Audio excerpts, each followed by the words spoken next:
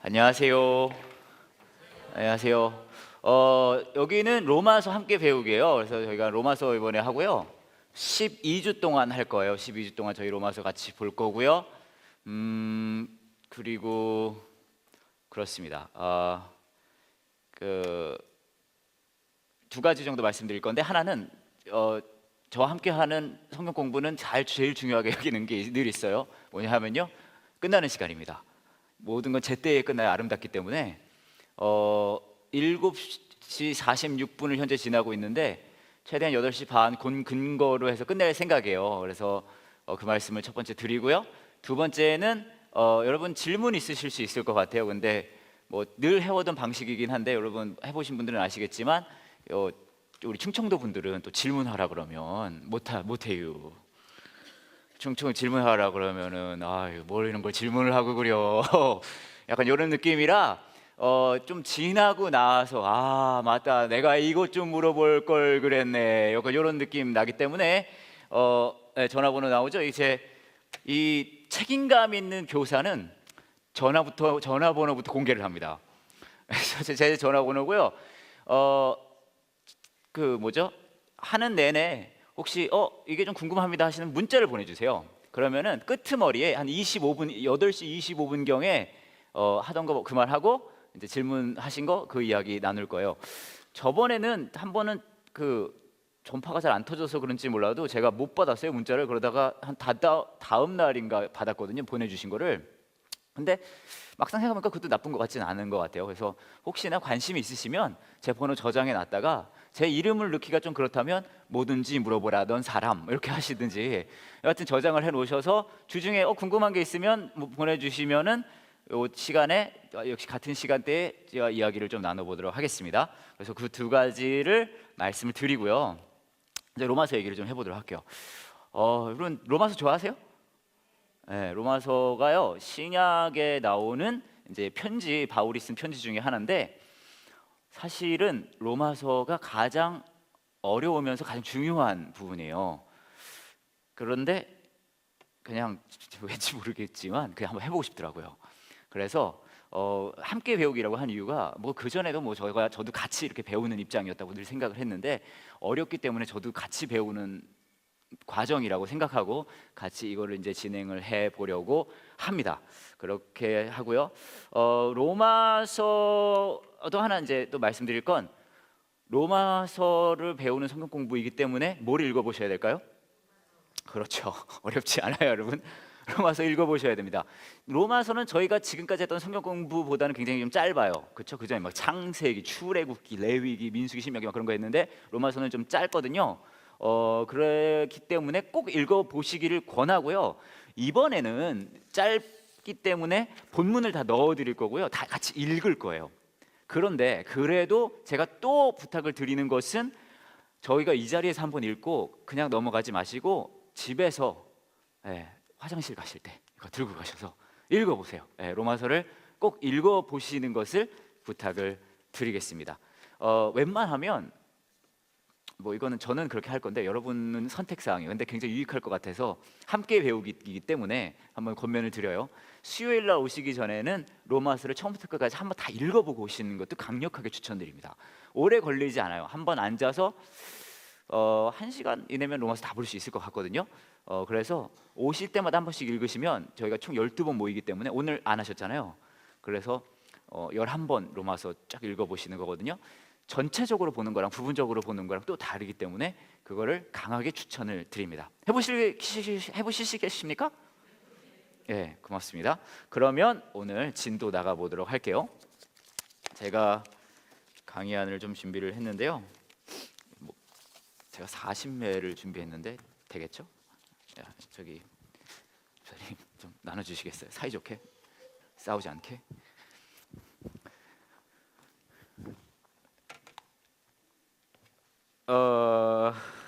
40매를 했는데 지금 인원 체크가 카톡이 올라왔네요. 48분이시라고. 그런데 제가 그 중에 한 10장 꼼쳐놨어요. 모자르면 드려야 될 것 같아요. 지원쌤 40매 했죠? 제 믿음의 분량이에요. 모자르실 것 같아서 더 드려야 될 것 같아요. 혹시 모자르신 분들 계시면은요, 여기 더 있으니까요. 네. 그리고 모자르면 나눠보세요. 나눠보시고 아니면 조금 더 뽑아 오실 수 있어요, 전 쌤? 네. 이거 조금 이따가 저희가 드릴게요. 오케이, 그렇다면 로마서 함께 배우기 시작합니다. 자, 1장 같이 볼 건데요, 한번 다 같이 읽어볼게요. 오늘은 1장 다 할 수 있을지 못할지 모르겠지만 1장 한번 해보도록 하겠습니다. 교독 안 하고요, 다 같이 한번 읽을게요. 로마서 1장 1절부터 시작하겠습니다. 쉬운 성경이에요. 시작. 나 바울은 사도로 부름을 받은 그리스도 예수의 종으로서 하나님의 복음을 위해 특별히 선택되었습니다. 이 복음은 하나님께서 오래전에 예언자들을 통해 성경에 약속하신 예수에 대한 소식입니다. 하나님의 아들이신 그분은 인간의 족보로는 다윗의 후손으로 태어나셨습니다. 그러나 그분은 죽은 자들 가운데서 부활하심으로써 능력 있는 하나님의 아들로 선언되셨습니다. 이분이 바로 우리 주 예수 그리스도이십니다. 그분을 통해 우리는 은혜와 사도의 직분을 얻었습니다. 우리가 해야 할 일은 모든 이방인들을 불러 주 예수 그리스도의 이름을 믿고 순종하게 하는 것입니다. 여러분도 그들과 함께 부르심을 받아 예수 그리스도의 사람이 되었습니다. 하나님의 사랑을 받아 성도로 부름을 받게 된 로마에 있는 분들에게 하나님 우리 아버지와 주 예수 그리스도께서 은혜와 평강을 내리시기를 바랍니다. 먼저 예수 그리스도를 통해 나의 하나님께 감사합니다. 이는 여러분의 믿음이 온 세상에 널리 알려졌기 때문입니다. 나는 하나님의 아들에 대한 복음을 전할 때마다 기도 중에 늘 여러분을 생각하고 있었습니다. 내가 전심으로 섬기는 하나님께서 나의 증인이 되십니다. 지금 나는 하나님의 뜻이라면 여러분에게 갈 수 있는 길이 열리기를 기도합니다. 내가 여러분을 간절히 보고 싶어하는 까닭은 성령께서 주시는 선물을 나누어 주어 여러분을 강하게 하기 위함입니다. 이것은 여러분과 내가 각 사람의 믿음으로 서로 위로를 받고자 하는 데 있습니다. 형제 자매 여러분, 내가 여러분에게 갈 계획을 세웠으나 뜻대로 되지 못했다는 것을 아시기 바랍니다. 그것은 다른 이방인들 사이에 믿는 자들을 얻은 것처럼 여러분 중에서도 어떤 열매를 얻고 싶었기 때문입니다. 나는 그리스인이든지 미개인이든지 지식인이든지 문맹인이든지 가리지 않고 어느 누구에게나 복음을 전할 책임이 있습니다. 그래서 로마에 있는 여러분에게도 복음을 전하기를 간절히 바라는 것입니다. 나는 복음을 부끄러워하지 않습니다. 그것은 이 복음이 유대인으로부터 시작해서 이방인들에 이르기까지 모든 믿는 사람을 구원에 이르게 하는 하나님의 능력이기 때문입니다. 하나님께서 주시는 의가 복음에 계시되어 있습니다. 성령의 의는 믿음으로 인하여 살 것이다라고 기록되어 있듯이 하나님께로부터 오는 의는 처음부터 끝까지 믿음으로 얻을 수 있는 것입니다. 하나님의 진노가 하늘로부터 나타나서 불의한 행동으로 진리를 거스르는 사람들이 행한 모든 경건치 않은 것과 불의를 치십니다. 하나님께서는 사람들에게 하나님을 알 수 있게 하셨으므로 사람들 속에 하나님을 알 만한 것이 있다는 것은 분명합니다. 세상이 창조된 이래로 하나님의 보이지 않는 성품인 그분의 영원한 능력과 신성은 그가 만드신 만물을 보고서 분명히 알 수 있게 되었습니다. 그러므로 사람들은 핑계를 댈 수 없습니다. 사람들은 하나님을 알면서도 하나님께 하나님으로 영광을 돌리지 않았고 하나님께 감사하지도 않았습니다. 오히려 사람들은 헛된 것을 생각했으며 그들의 어리석은 마음은 어둠으로 가득 찼습니다. 사람들은 자기들이 지혜롭다고 생각했지만 사실은 어리석습니다. 또 사람들은 불멸의 하나님의 영광을 죽을 수밖에 없는 인간이나 새나 짐승 또는 뱀과 같은 모양으로 바꾸어 버렸습니다. 그래서 하나님께서는 사람들이 원하는 대로 죄악된 행동을 하도록 내버려 두셨습니다. 사람들은 이제 가지각색의 더러운 죄를 지어 자기들끼리 부끄러운 짓을 행하여 몸을 더럽혔습니다. 사람들은 하나님의 진리를 거짓으로 바꾸었습니다. 창조주 되신 하나님보다 지음받은 피조물들을 더 예배하고 섬겼습니다. 하나님은 영원히 찬송을 받으실 분입니다. 아멘. 이런 이유로 하나님은 사람들을 부끄러운 욕망의 노예로 살게 내버려 두셨습니다.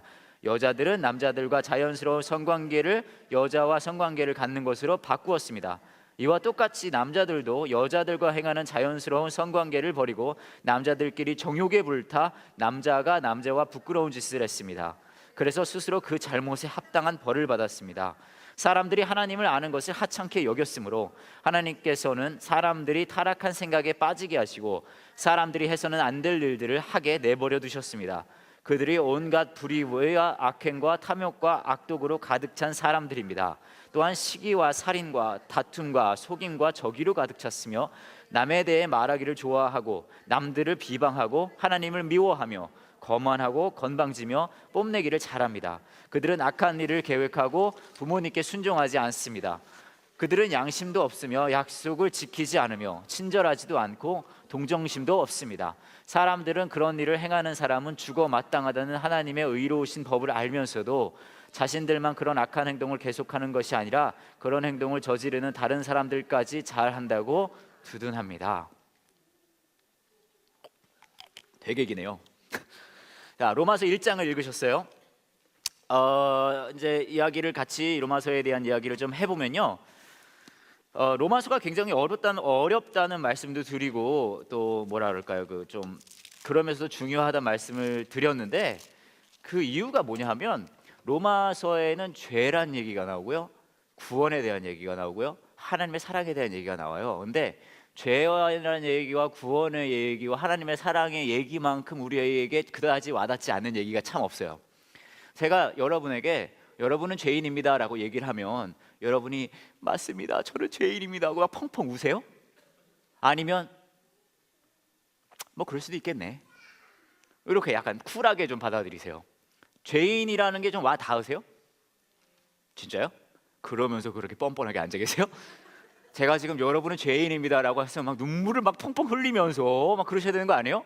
근데 여러분 이렇게 보니까 네, 사실 성경에 나오는 여러 가지 받아들일 수 없는 얘기들이 많이 있어요. 뭐 예를 들면 마리아가 동정으로 예수님을 낳았다, 이런 거 되게 받아들이기 힘들잖아요, 그죠?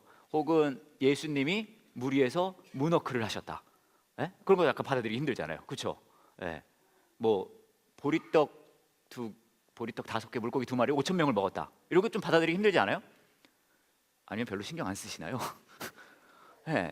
왜 신경 안 쓰시는지 아세요? 별로 와닿지 않기 때문이에요. 근데 이런 것들도 사실 성경에서 굉장히 와닿지 않고 뭐랄까 실감이 나지 않을 수도 있지만 사실 성경에서 말하는 것 중에 가장 우리가 받아들이기 힘들고 어려운 게, 실감하기 어려운 게 뭐냐면 죄에 대한 얘기예요. 이거만큼 어려운 게 없어요.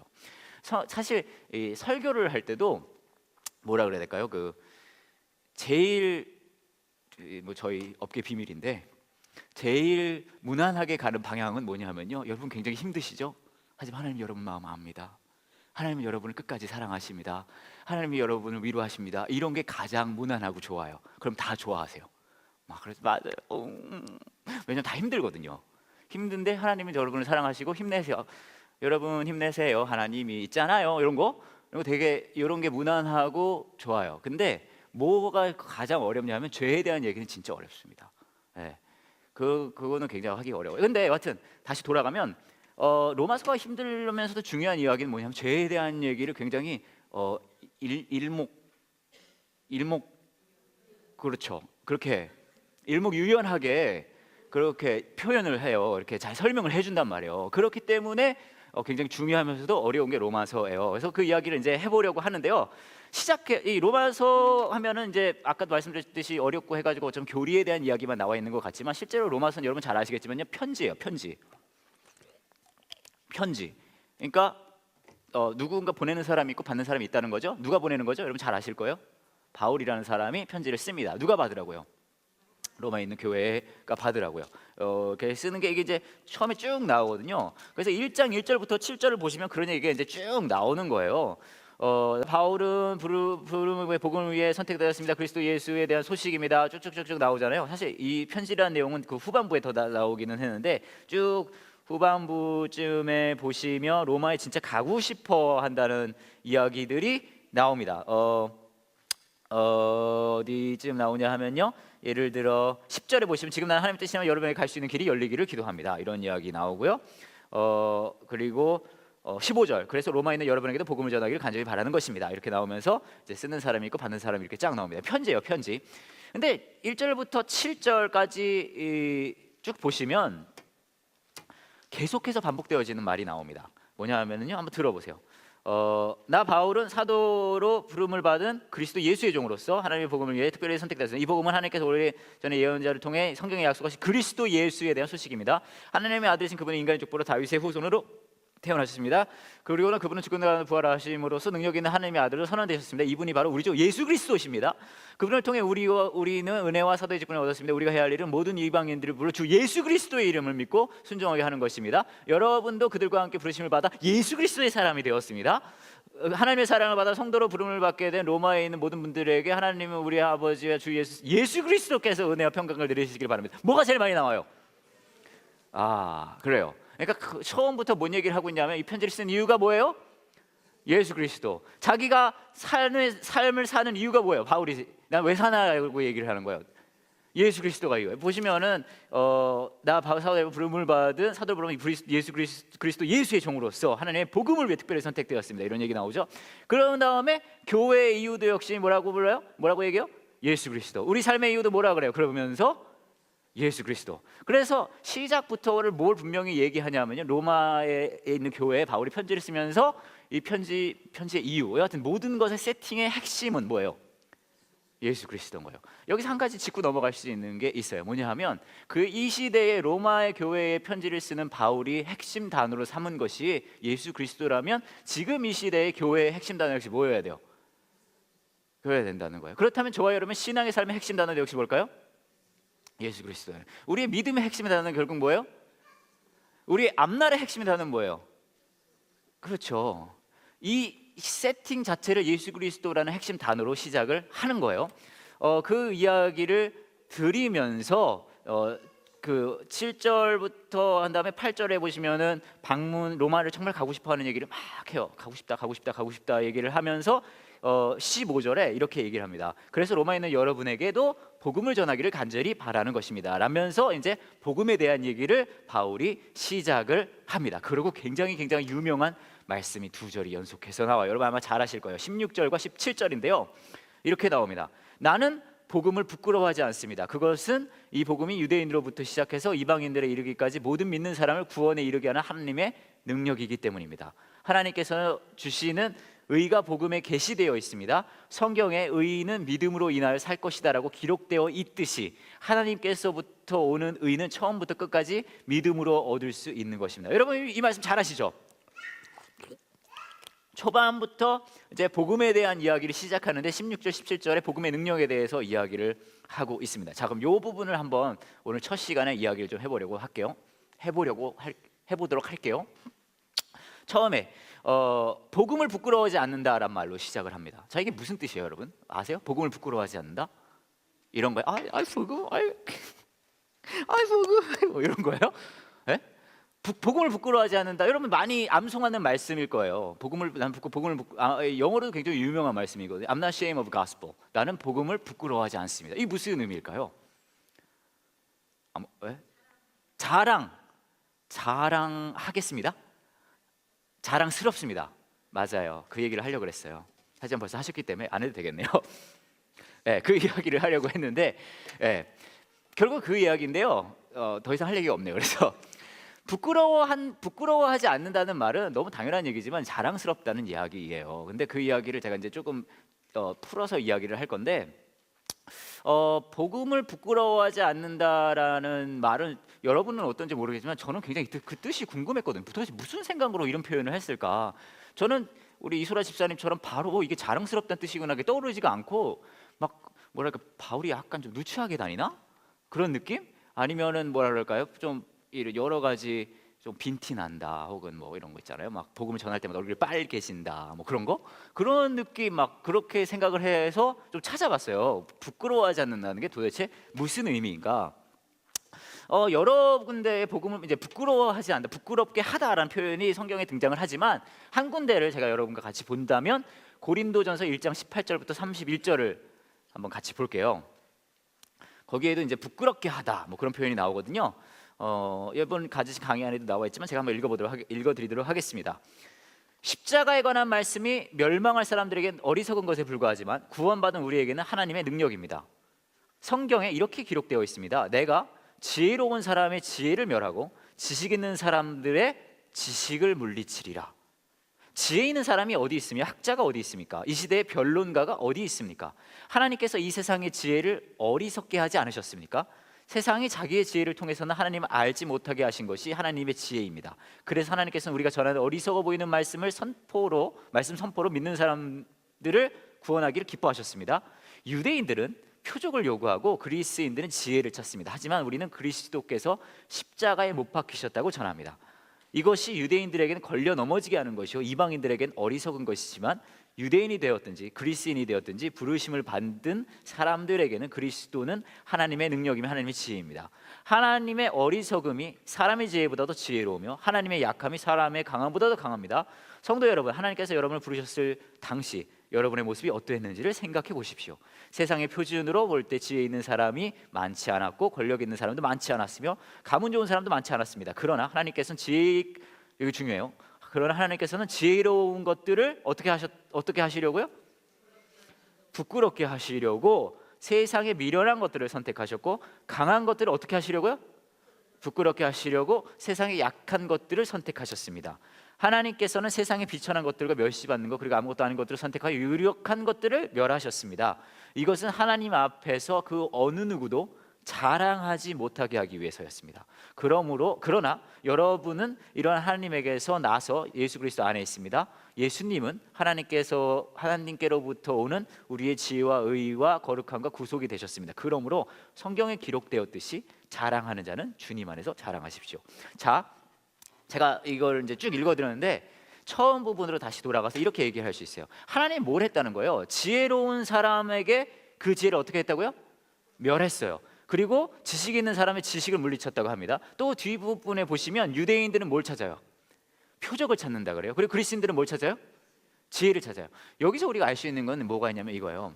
각 사람마다 그러니까 지혜 있는 사람의 지혜를 멸하고 지식 있는 사람의 지식을 멸하고 유대인들은 표적을 찾고 그리스인들은 지혜를 찾는다는 말은 다시 말하면 뭐냐면요, 그 종류의 사람마다 가장 자신이 중요하게 생각하는 뭔가가 있다는 거예요. 그렇죠? 지혜 있는 사람은 지혜가 가장 중요하고 지식 있는 사람은 지식이 제일 중요하고 유대인들은 표적이 제일 중요하고 그리스인들한테 뭐가 중요해요? 지혜가 제일 중요해요. 그런데 하나님께서 그들이 가장 중요하다고 생각하는 것으로 뭔가 이렇게 해주셨나요? 그렇게 안 하셨다는 거예요. 우리의 하나님은요, 여러분, 반전의 하나님이세요. 좋게 말하면 반전의 하나님, 나쁘게 말하면 뒤통수를 치시죠. 내가 가장 요거다 싶은 걸로 잘 안 하시더라고요. 여기 그 얘기가 나온 거예요. 표적을 보여달라, 지혜를 보여달라, 그리스인은 지혜를 보여달라. 그렇게 해서 지식 있는 사람은 지식. 근데 그걸 다 멸하신다는 이야기를 하고 있어요. 더 재밌는 건 뭐가 재밌냐 하면요, 그 유대인의 표적을 요구하는 것과 그리스인의 지혜를 요구하는 것에 대한 답이 뭐가 나와요? 십자가가 나와요. 그리고 뭐가 나오는지 아세요? 표적을 요구하는 그 유대인에게 십자가는 뭐냐 하면 그냥 무력해요. 아무 힘이 없어요. 여러분, 몇 번을 저희가 이제 뭐 교회에서도 늘 말씀을 드리지만 십자가는 여러분 지금에나 우리에게 영광과 뭐 대단한 표적이지 그 당시에는 사형틀이죠. 그렇죠? 표적을 요구하는 이들에게 사형틀에 죽어간 왕은, 사형틀에 죽어간 구원자는 별로 설득력이 없어요. 그렇죠? 반면에 그리스인들은 뭘 원해요? 지혜를 원해요. 근데 역시 마찬가지로 거기는 뭐가 제시가 돼요? 십자가가 제시가 됩니다. 지혜를 원하는 그리스 사람들에게 십자가는 그렇게 지혜롭지 않아요. 십자가는 굉장히 어리석어요. 왜요? 세상을 구원하겠다는 구원자가 바보 같게 멍청하게 죽어갔어요. 그러니까 이 지식적으로 뭔가가 이루어져야 되는 거 아닙니까? 뭔가 지혜적으로, 표적적으로 뭐가 되면 되니까 그것에 대해 전혀 대답이 되어지지 않는 답을 주신다는 거죠. 그러면서 뭐라고 얘기를 하냐면 이렇게 얘기를 하는 거예요. 후반부에 그러나 하나님께서는 지혜로운 것들을 부끄럽게 하시려고 세상에 미련한 것들을 선택하시고 강한 것들을 부끄럽게 하시려고 세상에 약한 것들을 선택하셨습니다 라고 얘기를 하는 거예요. 그 말은 다시 말하면 아까 우리 이소라 집사님도 말씀하셨지만 부끄럽다는 말이 진짜 얘기하는 건 뭐냐면요, 확신이 없다는 거예요. 확신이 없다. 부끄럽다는 말은 결국은 무슨 얘기냐면 확신이 없다는 얘기예요. 그러면서 뭐라고 얘기를 하냐면요, 29절이 정말 재밌어요. 이것은 하나님 앞에서 어느 누구도 자랑하지 못하게 하기 위해서였습니다. 그러나 여러분은 이러한 하나님에게서 나와서 예수 그리스도 안에 있게 되었습니다. 예수님은 하나님께로부터 오는 우리의 지혜와 의와 거룩함과 구속이 되셨으면, 그러므로 성경에 기록되었듯이 뭐라고 나와 있어요? 자랑하는 자는 뭐 안에서 자랑하라고요? 주님 안에서 자랑. 주님 자랑하려는 자는 주님 안에서 자랑하라는 그 이야기와 동의어가 결국은 어떤 말일까요? 아까 바울이 얘기한 거죠. 뭐예요? 나는 복음을 부끄러워하지 않는다는 거예요. 자, 여기까지 이야기를 하고 조금 더 이야기를 하자면 복음을 부끄러워하지 않는다. 복음을 부끄러워하지 않는다. 이거를 우리가 어떻게 이해할 수 있냐 하면요. 말하면서 쓰는 게 어렵군요. 뭐 복음은 부끄러워하지 않는다. 이 말은 다시 말하면 아까 말씀드렸듯이 자랑을 하는데 어떻게 예수 그리스도 안에서 자랑한다는 말이에요. 그렇죠? 아까도 말씀드렸듯이 부끄러워한다는 건 확신이 없다는 얘기예요. 그럼 자랑한다는 건 뭐예요? 확신이 있다는 얘기예요. 예수 그리스도 안에서 자랑한다는 건 확신이 누구 안에 있다는 거예요?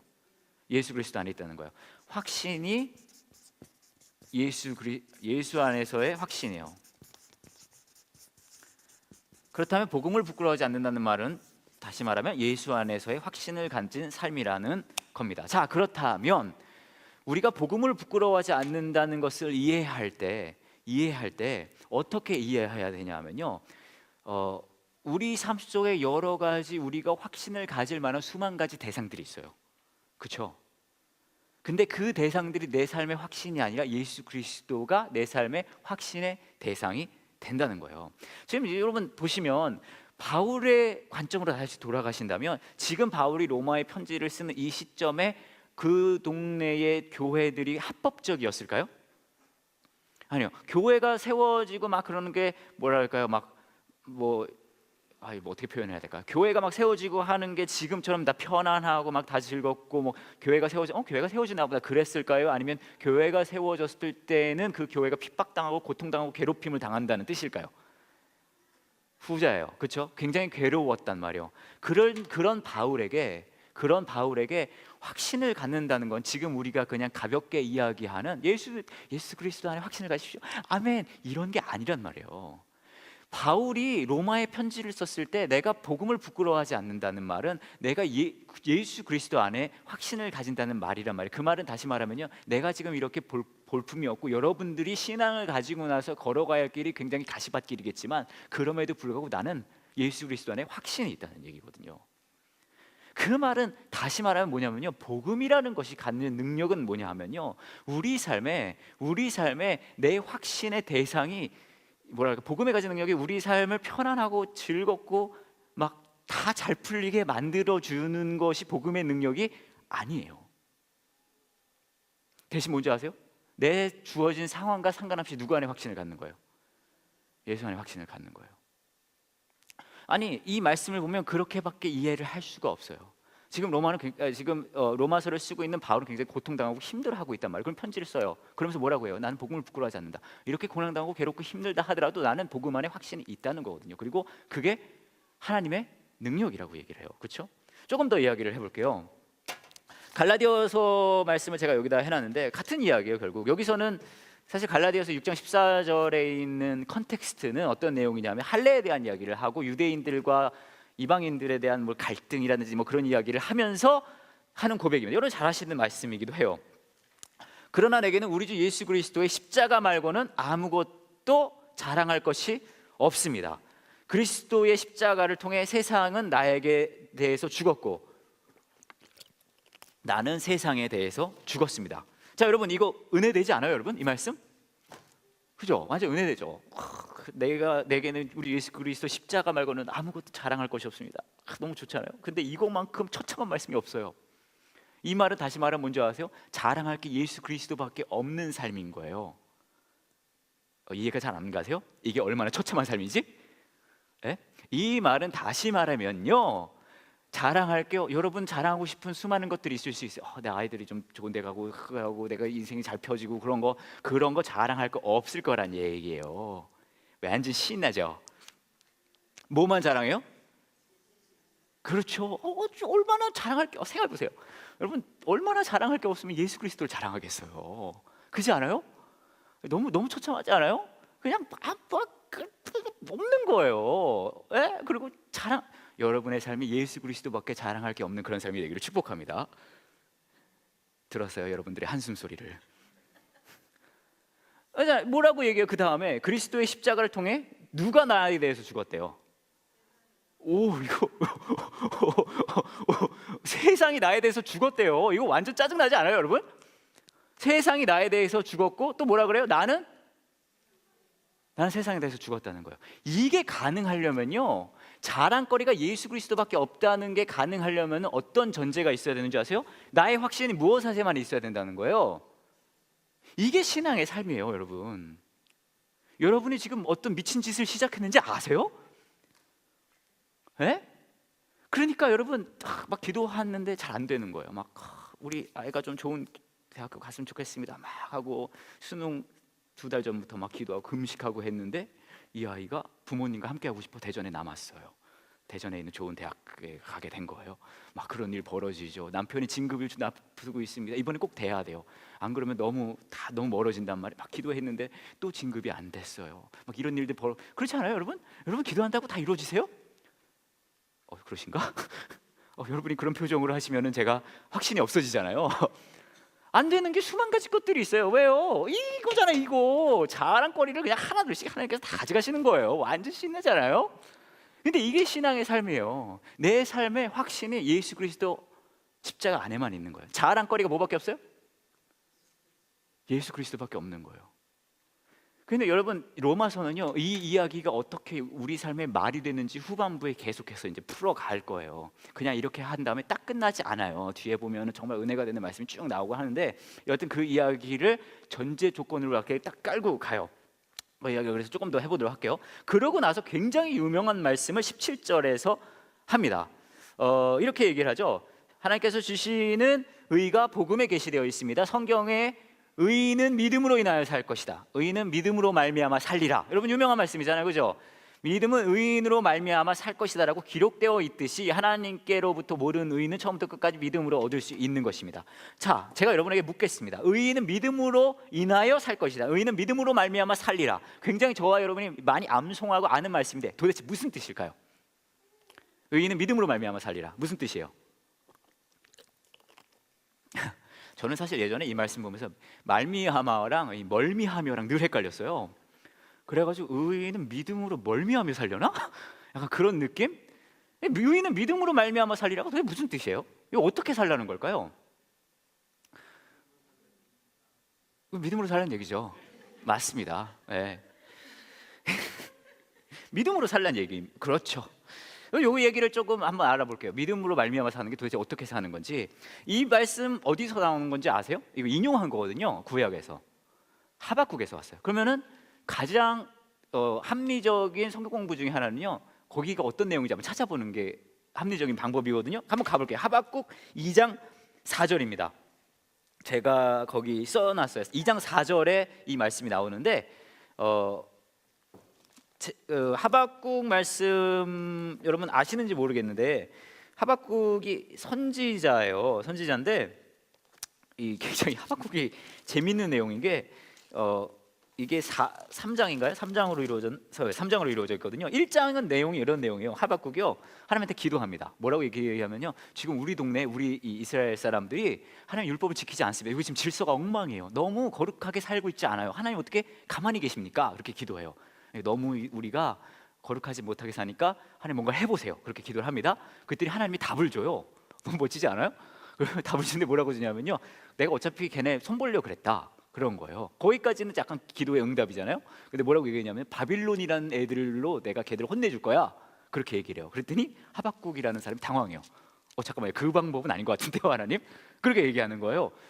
혼내주는 건 맞는데요, 바빌론 걔네도 진짜 못됐어요 라는 얘기가 2장에 나와요. 그러면서 이제 그러면서 제가 조금 읽어드리면 2장에 나오는 게 아니라 1장 후반부에 나오거든요. 예를 들어서 쭉쭉쭉쭉 나오는데 12절 보시면은, 여호와여, 주는 백성을 심판하시려고 바빌로니아 사람을 택하셨습니다. 우리의 반석이신 주님은 백성을 심판하시려 그들을 세우셨습니다. 주의 눈은 정결하시고 차마 악을 보지 못하시고 백성이 나쁜 짓 하는 것을 참지 못하십니다. 그런데 어찌하여, 여기까지 이제 좀 하박국이 아부를 하는 거예요.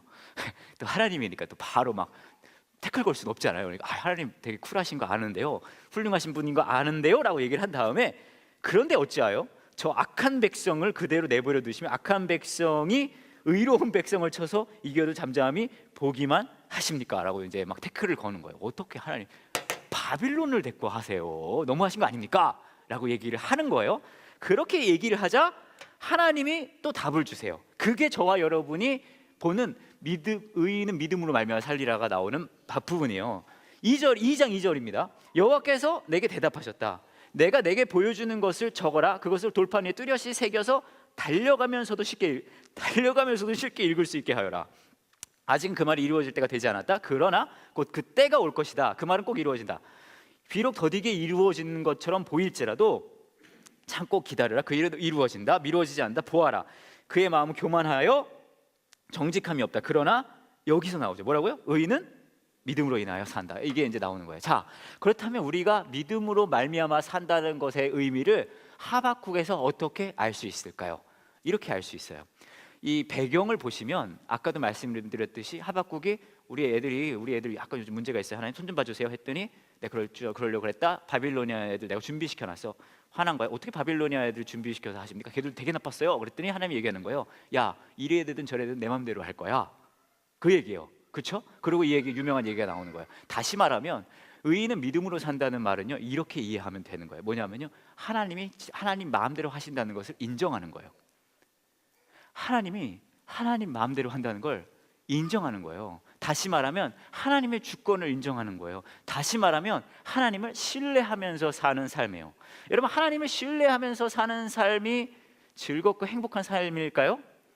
아니에요. 하나님을 신뢰하면서 사는 사람처럼 화나는 삶이 없어요. 왜냐하면 하나님을 신뢰한다는 것 자체가 무슨 의미냐면요, 내가 원하는 것을 하나님이 다 들어주실 거야가 신뢰가 아니라 내가 이걸 원하든 저걸 원하든 상관없이 하나님이 나에게 가장 좋은 것을 주실 거야가 신뢰예요. 무슨 말씀인지 아시겠죠? 그게 믿음으로 말미암아 사는 거예요. 자, 그러면서 이걸 한 번 더 확정해 줍니다. 하박국 말씀을 보시면 가장 유명한 말씀이 있어요. 다른 거는 잘 모르시더라도 이거는 아마 어디서 들어보셨을 거예요. 3장 17절부터 19절이에요. 이게 결국은 하박국에 나오는 핵심 교훈이라고 할 수 있는데, 무화과 나무에 무화과가 없고 포도나무에 포도가 없고 올리브 나무에 거둘 것이 없고 밭에 거둘 곡식이 없으며 우리의 양이 없고 외양간에 소가 없더라도, 정말 빈티나지 않아요, 여러분? 그죠? 뭐 있는 게 없어요. 뭐라고 얘기해요? 나는 누구 때문에요? 여호와 때문에 기뻐하겠습니다. 나를 구원하시는 하나님을 어떻게 하겠다고요? 즐거워하게. 그러니까 여러분 자 보세요. 없고 해요. 즐거울 조건이 있어요, 없어요? 없어요. 근데 뭘 즐거워한다고요? 나를 구원하시는 하나님을 즐거워한다는 거예요. 주 여호와는 나의 힘이십니다. 내 발을 사슴의 발과 같게 하여 주셔서 가파른 산 위에도 다닐 수 있게 하십니다. 이 노래는 음악 지휘자를 따라서 내 수금에 맞춘 것이다. 라고 이제 이 하박국이라는 책이 마무리가 됩니다. 여기도 결국은 뭐예요? 결국 하나님 마음대로 하나님 마음대로 하시는 거예요. 내가 가지고 있는 조건에 근거해서 하나님을 신뢰하는 게 아니라 그냥 신뢰하는 거예요. 그냥 그 이야기를 하고 있는. 의인은 믿음으로 말미암아 살리라는 말은요, 어떤 말이냐면요, 이 상황이든 저 상황이든 요 상황이든 상관없이 하나님을 신뢰하면서 사는 삶이 의인은 믿음으로 말미암아 산다는 내용이에요. 이 말은 다시 돌아가면 아까 이야기랑 일맥상통해요. 제가 복음을 부끄러워하지 않는다는 얘기는 결국 뭐에 대한 확신이라고 그랬어요? 예수 그리스도에 대한 확신이라고 그랬어요. 그리고 뭐만 자랑하는 삶이라고요? 좀 생각해 보세요. 뭐죠? 무화과나무에 무화과가 없고 포도나무에 포도가 없고 올리브나무에 겨울 것이 없고 밭에 거둘 곡식이 없고 양이 없고 외양간에 소가 없으면 자랑할 게 뭐밖에 없어요? 예수 그리스도밖에 없는 거예요. 그렇죠? 여러분, 여기서 한 걸음 더 나가면 뭐까지 생각할 수 있는 줄 아세요? 제가 굉장히 많은 분들에게 실망을 드리는 건데, 하나님이 저와 여러분의 삶의 방향을 정하실 때 하나님이 주권자라고 치고요, 하나님이 전능하신 분이라고 치고 하나님이 선한 분이라고 치자고요. 이게 다 만족이 된 거예요. 그리고 하나님이 저와 여러분의 삶을 만들어 나가시는 분이라고 칠 때 우리 삶의 주 목적이 우리가 편안하고 안락하게 사는 삶으로 우리를 이끄실까요? 믿음이 좋아지는 삶으로 이끄실까요? 그 말은 다시 말하면은요, 하나님만 전적으로 의지하고 신뢰하는 삶이 되게 하기 위해 아주 가볍게 무화과나무에 무화과 없애고 포도나무에 포도 없애고 올리브나무에 거둘곡 없고 밭에 거둘곡지 없고 우리 양의 외양간 소 싸그리 없애주신 거 아주 가볍게 하실 분일까요? 아닐까요? 그렇게 하시고도 남을 뿐이지 않으실까요? 그렇죠? 네. 제가 가끔 상담을 해요.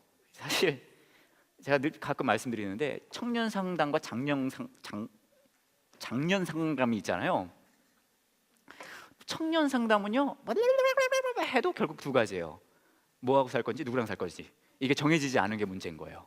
그래가지고 해도 뭐하고 살 건지 누구랑 살 건지 정해지지 않았어요. 이게 막 와서 결국 그 문제로 상담을 하고, 작년의 문제는 뭔지 아세요? 우리 아저씨 아주머니들은요 해도 결국은 뭐하고 살 건지 누구랑 살 건지가 정해져서 문제예요. 그래가지고 이게 좀 정해져서 너무 힘들다는 거예요. 청년 때는 이게 안 정해져서 힘들고, 근데 제가 이제 뭐 하면은 주로 뭐 여러 가지 삶의 문제들이 있지만 주로 이제 관계적인 문제들이 있으시잖아요. 그러면 저 인간은 내가 이해할 수가 없다. 너무 힘들다. 우리 시어머니 뭐 다 힘들다. 막 그런 거 있잖아요. 나를 너무 우리 상사가 우리 회사에서 너무 힘들게 한다. 막 그런 거 있단 말이에요. 그러면 여러분, 제가 물론 그때에는 제가 그분들에게 막 단도직입적 뭘 얘기를 하지 않고 하나님께서 함께 아까 제가 말씀드렸던 편안한 설교 방법으로 말씀을 드려요. 하나님은 당신의 고통을 아십니다. 기도할게. 이렇게 하죠, 당연히. 그리고 하나님은 실제 그런 분이시기도 해요. 근데 여러분, 약간 본론으로 돌아가서 한번 생각해 보세요. 하나님이 저와 여러분의 근처에 우리의 마음에 드는 사람을 붙여주시는 분이실까요? 안 그러세요. 하나님은 우리 마음에 드는 사람을 우리 근처에 붙여주실 생각이 전혀 없으세요. 전혀요. 대신 어떤 사람을 붙여주시는지 아세요? 우리를 최대한 예수님 닮아가게 할 사람을 붙여줘요.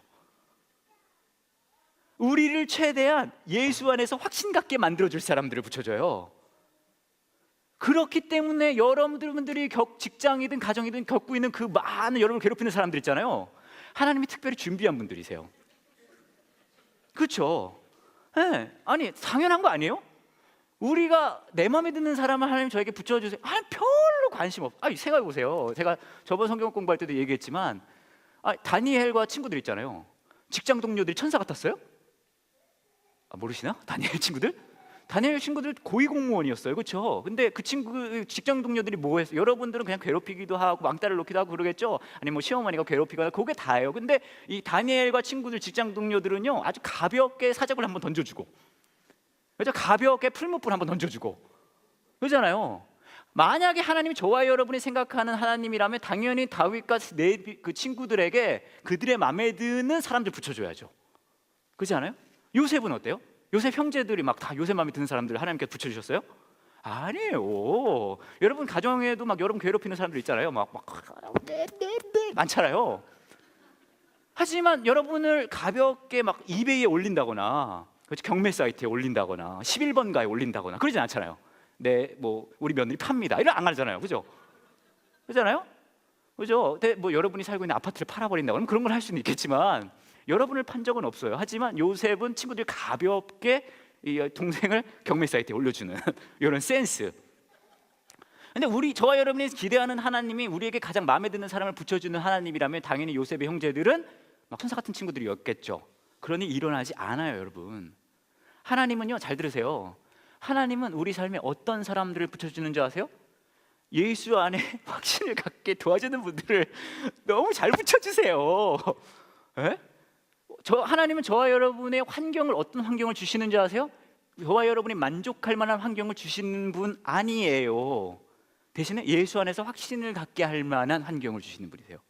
여러분 생각해 보시면 예수 안에 확신을 가질 만한 환경이신 것 같지 않아요? 지금 아멘으로 화답하지 않으면요, 하나님께서 더 대단한 걸 준비하고 계세요. 주구리 요거 갖고 안 될까? 그러면서 뭔가 더 대단한 거 있을 수 있어요. 여러분 사자굴 들어가기 싫으시면 무슨 말씀인지 아시겠어요? 그 이야기가 이제 후반부에 계속해서 나올 건데 여하튼 그래요. 그래서 믿음이란 하나님에 대한 전적인 신뢰다. 그 이야기를 드리면서요. 근데 시간이 다 됐어요. 그래서 지금 질문에 살짝 답하는 시간을 가도록 할게요. 한 분께서 질문을 보내주셨습니다. 시간 되게 잘 가죠? 오케이. 질문은 이거예요. 사회적으로 큰 무리를 일으킨 목사님이 재직하고 있는 교회에 다니는 성도라면 목사이기 전에 그분도 인간이고 죄는 하나님께 맡긴다고 생각하고 그 일과 별개로 그 교회를 계속 다녀야 할까요? 아니면 교회를 옮겨야 하나요? 목사님이 사회적으로 큰 무리를 일으키고 있는 교회를 다녀야 됩니까? 옮겨야 됩니까? 라는 질문이에요. 저희 홍대 가까운 교회 아시죠? 저희 서울에 교회가 있어요. 홍대 가까운 교회. 저희 홍대 가까운 교회 바로 옆에가 홍대 세교회예요. 진짜 바로 붙어 있어요. 근데 저희가 이제 한번 이사를 했거든요. 그 옆에 홍대를 왔다 갔다 한 3-4번 이사했어요. 교회가 건물이 없다 보니까. 근데 이사 한번 했을 때 요한 목사님하고 저하고 이삿짐을 옮기고 있어요. 이삿짐이 쇼핑백으로 4개거든요. 진짜 그게 다예요. 교회가 건물도 없고 집이 하나도 없어요. 그래서 내가 2개 들고 요한 목사님 2개 들고 이제 이사를 하고 있었는데 갑자기 요한 목사님 이거 그냥 별로 도움이 안 되는 얘기인데 홍대 세교회를 지나가고 있었어요. 근데 갑자기 들어가 보자는 거예요. 그래가지고 알았어요 하고 이제 저랑 요한 목사님이 들어갔어요. 들어가는데 그 앞에 계신 분이 그냥 들어가면 안 돼요. 안 된다는 거예요. 예배 중이었는데 전화번호랑 이름을 적어놓고 들어가라는 거예요. 그래서 제가 저는 괜찮습니다 하고 저는 그냥 딱 들어갔어요. 근데 한참 있다가 요한 목사님이 들어오신 거예요. 그러더니 제가 물어봤어요. 전화번호하고 이름 적어놓고 왔어요? 그랬어요. 그랬더니 적으려니까 적어야지 그러는 거예요. 그래서 어떻게 그렇게 이름 적고 번호 적어요? 교회에서 좀 이름 있는 분 아니세요, 목사님? 그랬더니 요한 목사님 저한테 그러시는 거예요. 네 이름하고 번호 적었어.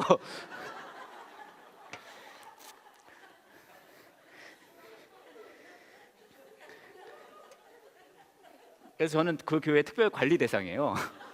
제가 그래서 지금 그런 좀 거기에 대한 발언을 함부로 할 수가 없는.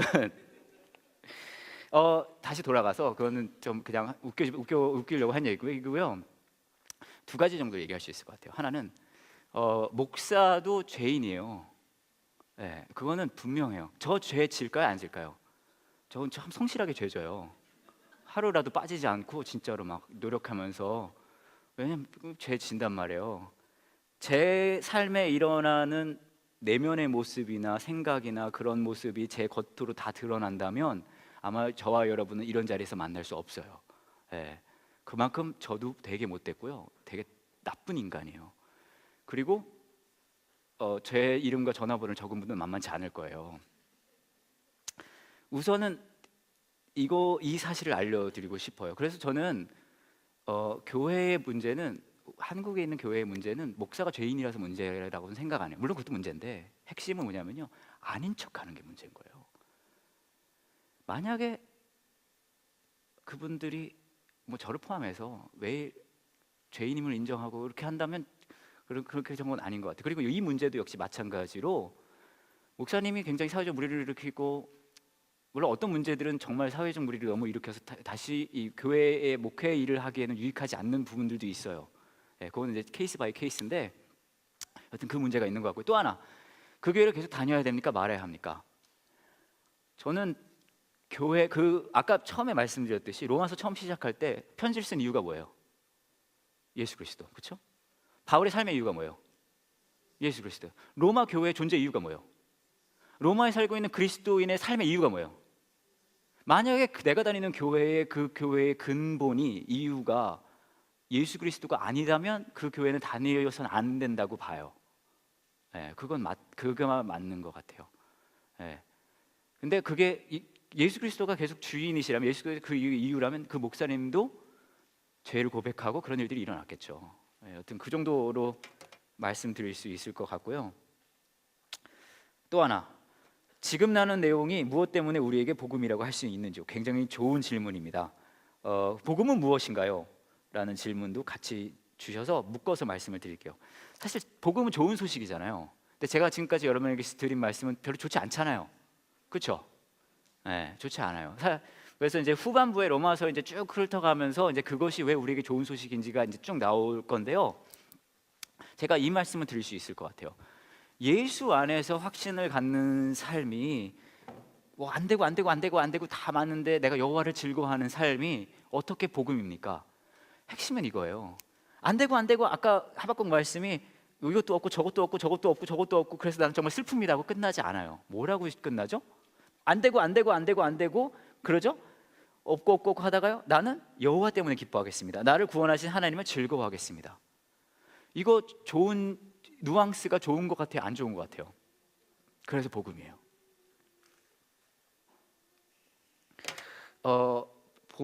신앙은요, 즐거운 게 신앙이에요. 불신앙도 즐거워요. 대신에요, 즐거움의 대상이 달라요.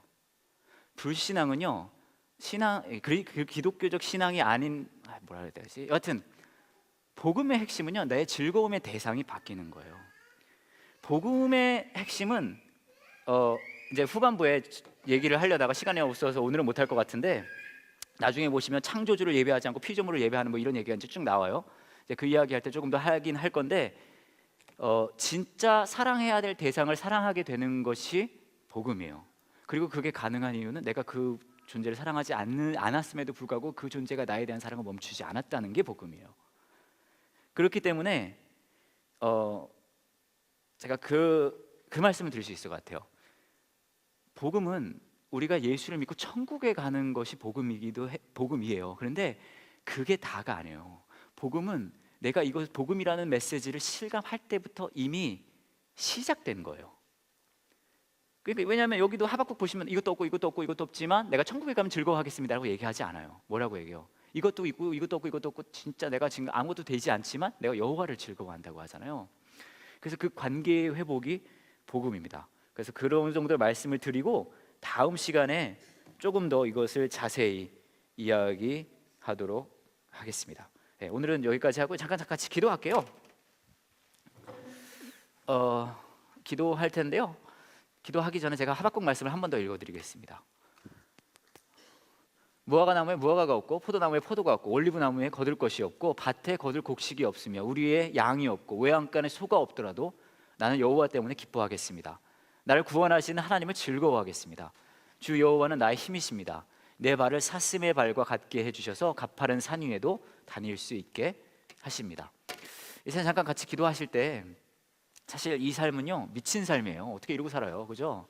근데 미친 삶이지만 어떤 의미에서는 우리가 다른 곳에서 찾을 수 없는 기쁨을 찾을 수 있는 삶이기도 합니다. 잠깐 기도할 때 여러분의 삶 속에 여러분의 기쁨을 정의하는 것이, 여러분의 즐거움을 정의하는 것이 어떤 것들이 있는지 한번 생각해 보셨으면 좋겠어요. 무엇이 여러분을 힘들게 하고 마음을 답답하게 하고 그런 대상들이 있을 수 있잖아요. 그런 걸 좀 생각하시면서 내 삶에 복음을 부끄러워하지 않는 부분이 있지는 않은지, 복음에 대한 확신, 그걸 한번 생각해 보셨으면 좋겠고요. 의인은 믿음으로 인하여 살 것이다 라는 오늘의 말씀 생각하시면서 내 안에 하나님을 전적으로 신뢰하는 마음 한번 또 생각해 보시고 이 시간 그렇게 한번 기도해 봤으면 좋겠습니다. 같이 기도할게요.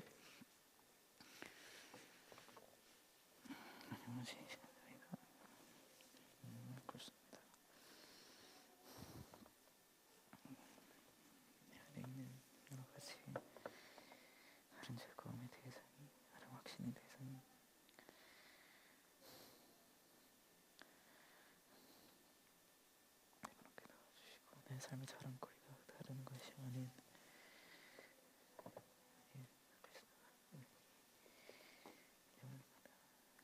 겸손케 해주시고 신뢰할 수 있게 도와주시기를 바랍니다.